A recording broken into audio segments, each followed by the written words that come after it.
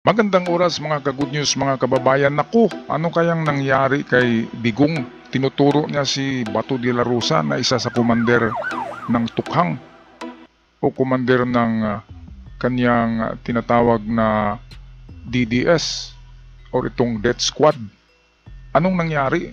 Atin panoorin ang breaking news. Senator, may I yes, sir. Go ahead. Interject? Lahat itong sa right side ko, dumaan ito ng police director. Puro commander ng death squad dyan. Ayan. I thought there was no existence. Trabaho ng police yan. Literally, hindi ko sabihin ng death squad.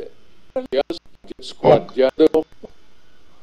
Okay, ulitin natin. Klarong-klaro yun. Under oath kasi itong si Digong. Under oath, ibig sabihin kung anong sinasabi mo diyan sa Senado ay totoo. At lahat ng sinasabi mo ay pwedeng gawing ebidensya, laban, or pabor sa'yo.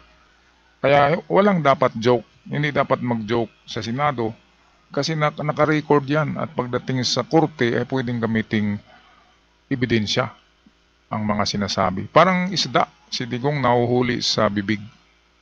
Kasi pinapainan mo yung isda. And then lalamunin ng isda yung pain mo at nahuhuli siya. Kaya nga ang isda ay nahuhuli sa bibig.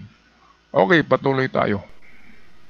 Puro commander ng death squad dyan. I thought there was no existence. Trabaho ng pulis yan.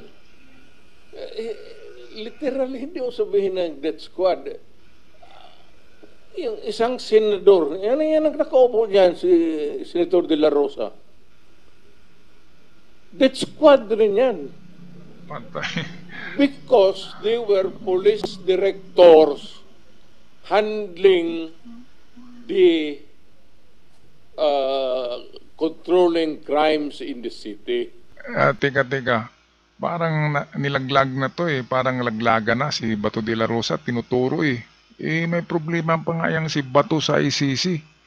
Ngayon, sinabi ni Digong na commander niya ng death squad. Paano yan? Ang ICC ay nakamasid sa hearing sa Senado. Naka-record din yan. Merong record ang ICC diyan. Kaya magagamit yan. Magagamit yan na ebidensya against Digong. Palagay ko talagang sinadya ni Digong na magpakulong dito sa Pilipinas. Kasi kung hindi sila magpakulong dito ni Kibuloy, ay ipapadala sila sa itong ICC.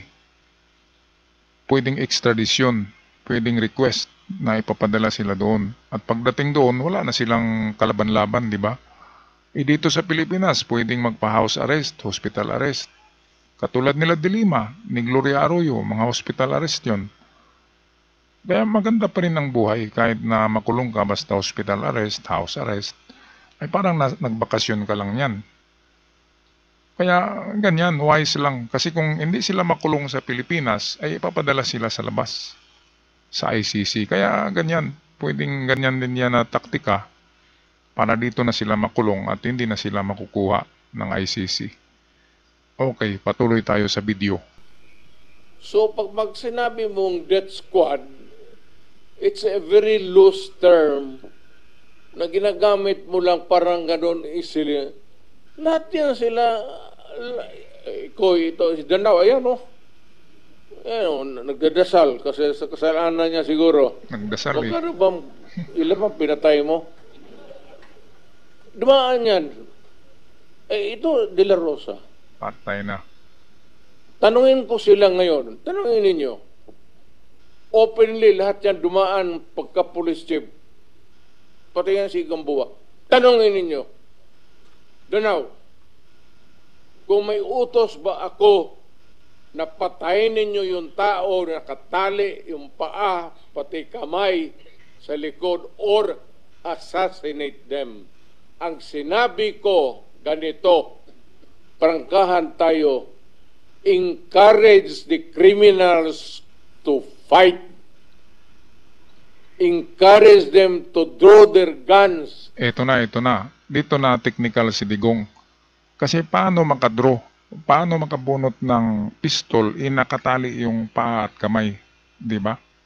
Yun yung senaryo na dinidescribe niya eh.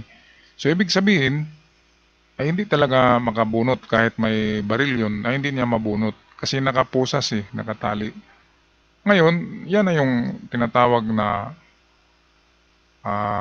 nilalagyan ng armas, di ba? After mapatay ay nilalagyan sa gilid niya ng armas para konfirmado na nanlaban. Yan ay sa ano ko lang yan imagination ko lang yan, pero pwedeng ganun. Di ba? Kasi sa tukhang ay tutukhangin ka talaga eh. Kaya nga tuktok, hang, ano ba yung hang? Tukhang, katuk, at kalimutan ko ng meaning ng tukhang na yan. Okay, so ganyan ang senaryo. Nakatali, paa, kamay, at tutukhangin. O minsan, pag tatakbo ka, barilin ka na kaagad. Ang problema kasi merong namamatay na hindi talaga nanlaban. Yung small user lang ba, small seller, hindi talaga yung malaking isda, hindi yung drug lord. Di ba? Ilang drug lord ba namatay sa tukhang, sa drug war? Parang wala. Itong mga busabos lang nagbibenta para pangkain. Maliban na lamang doon sa mga rapist, killer, ayun talaga, dapat klaruhin na ito rapist, ito killer.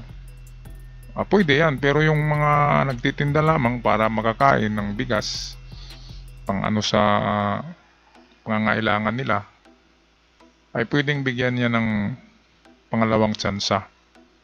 Pwedeng ikulong and then bigyan ng trabaho ng gobyerno. Kasi mga tao yan, nasa bansa tayo na Kristiyano at Katoliko. Kaya hindi tayo mga barbarians na patay ng patay lamang. Okay, so kung ano man yung comment mga ka-good news, mga kababayan, feel free to write your comment down below sa ating comment section. Ako'y magpaalam na. Maraming salamat. God bless us all. God bless the Philippines.